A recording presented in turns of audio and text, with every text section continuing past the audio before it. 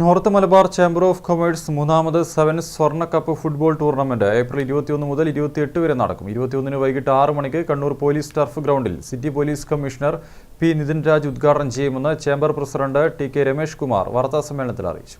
വിവിധ സ്ഥാപനങ്ങൾ സ്പോൺസർ ചെയ്യുന്ന ടീമുകൾ അടങ്ങിയ നോർത്ത് മലബാർ ചേംബർ ഓഫ് കൊമേഴ്സിന്റെ മൂന്നാമത് സെവൻസ് സ്വർണ്ണ കപ്പിന്റെ ഒരുക്കങ്ങൾ പൂർത്തിയായതായി ഭാരവാഹികൾ പറഞ്ഞു. 21 മുതൽ 28 വരെ വൈകിട്ട് 6 മണിക്കാണ് ടൂർണമെന്റ് നടക്കുകയെന്ന് North Malabar chamber of commerce president T K. Ramesh Kumar കണ്ണൂരിൽ വാർത്താസമ്മേളനത്തിൽ അറിയിച്ചു. 21 വൈകിട്ട് 6 മണിക്ക് കണ്ണൂർ പോലീസ് ടർഫ് ഗ്രൗണ്ടിൽ city police commissioner P Nithin Raj ടൂർണമെന്റിന്റെ ഉദ്ഘാടനം നിർവഹിക്കും. 21 മുതൽ 28 വരെയാണ് 8 ദിവസം പോലീസ് ടർഫിൽ വെച്ച് കണ്ണൂർ കമ്മീഷണർ ശ്രീ നിതിൻ രാജ് നമ്മളെ ചേംബർ ഗോൾഡ് കപ്പിൻ്റെ ഉദ്ഘാടനം നിർവഹിക്കുന്നതാണ്. അത് മത്സരിക്കുന്നത് ചേംബറിലെ മെമ്പേഴ്സ് തമ്മിലാണ്. മെമ്പേഴ്സാണ് ടീമുകളെ ഇറക്കുന്നത്. ഏകദേശം 8ഓളം ടീമുകൾ ഈ പ്രാവശ്യം മത്സരത്തിനുണ്ട്. അതുപോലെ തന്നെ മെമ്പർമാരിൽ തമ്മിൽ ബന്ധം ഊട്ടിയുറപ്പിക്കാൻ വേണ്ടിയാണ് ഇതുപോലുള്ള മത്സരങ്ങളും ഇതുപോലുള്ള കാര്യങ്ങളൊക്കെ ചേംബർ ചെയ്തുകൊണ്ടിരിക്കുന്നത്.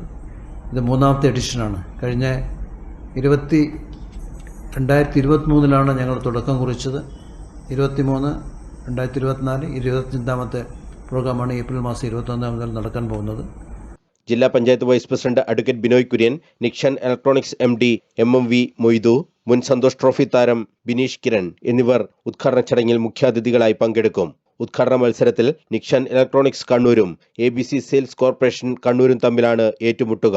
ടൂർണമെന്റിൽ college of commerce, Maria group, top constructions Iritty, diamond paints, Malabar gold, KL Abdul Sathar തുടങ്ങിയ സ്ഥാപനങ്ങളുടെ ടീമുകൾ പങ്കെടുക്കും. വിദേശ കളിക്കാർ ഉൾപ്പെടെയുള്ളവർ ടൂർണമെന്റിൽ പങ്കെടുക്കുന്നുണ്ട്. കണ്ണൂർ സമീപകാലത്ത് കണ്ടതിൽ വെച്ച് ഏറ്റവും വലിയ ഫുട്ബോൾ വിരുന്നാകും ചേംബർ സ്വർണ്ണക്കപ്പെന്നും ഭാരവാഹികൾ പറഞ്ഞു.